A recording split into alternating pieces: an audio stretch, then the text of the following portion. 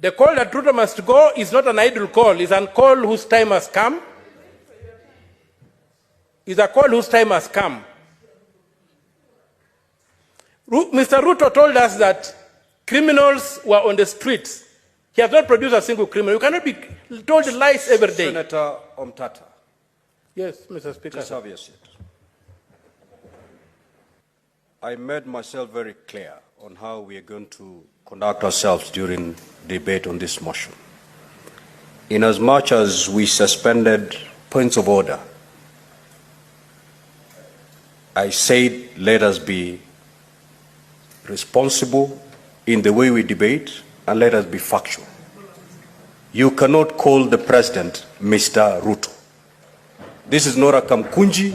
This is the Senate of the Republic of Kenya. Proceed. Okay, I can call him Dr. Ruto. And President Ruto. I'm finishing. Dr. Ruto, His Excellency the President. Proceed. But he never ceased being a minister, so all those titles apply to him, if my English is correct. So I'm demanding that President Ruto vacates office as the only honorable thing to do. He's unable to balance a budget. It has collapsed. Everything around him is collapsing. So you cannot say that his juniors should bear the burden. The ball stops with him,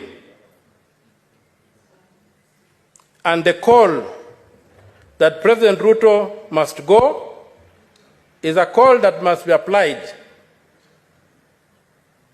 And as they say, a fish begins rotting with the head. So, and among my people they say, a river does not flow higher than its source. And when you look at the sun, you must blink. Justice is crying out.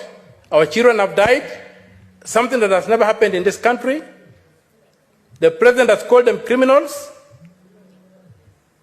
And the president cannot continue sitting in power when the children have died. And he said you do anything at whatever cost. When the Constitution says you can't do anything at whatever cost. So my call is to associate my voice with those who are saying that the president vacates office.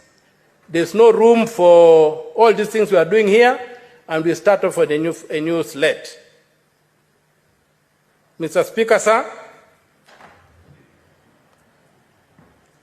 anything less than that will not avenge the blood that has been spilled on our streets. A street that is hallowed, a street that is recognized in the Constitution as an arena for engaging politically. As the arena whereby, when this institution fails, the people of Kenya invoke Article 1 and go to engage. When you desecrate such a venue, you don't do anything. There's not even a call that these things should be investigated. Instead, they're trying to say that we go and have dialogue to assage, to see how to distort what is happening, to do whatever, to see how. I just look at these people like prison guards who are fighting for who becomes the chief warden. Then they learn that there's a prison break. So they all forget about what they are fighting for. They say the first thing we must do is to ensure that this prison is not destroyed. Because their business is the prison. Their business is to keep the people in the prison. So they are now coalescing, forgetting about the fight they were having, who becomes the chief warden. Now they are saying the prison must be kept intact. We are not going to allow that. This country has moved. The government that has to govern this country must govern by law. And, Mr. Speaker, sir, I reiterate my words that if really the president values this country, he should do the honorable thing, fall on his sword. President Ruto, fall on your sword and retain, if you have to retain in order. And retain in 1 minute, you wind up your thoughts, Senator Omtata. Just 1 minute. Mr. Speaker, thank you. What I was saying is that, like in the old days of the Roman soldiers, when they felt that they had brought dishonor to the country, and they were even, the dishonor was so bad that they could not even let another person kill them, they fell on their swords and died.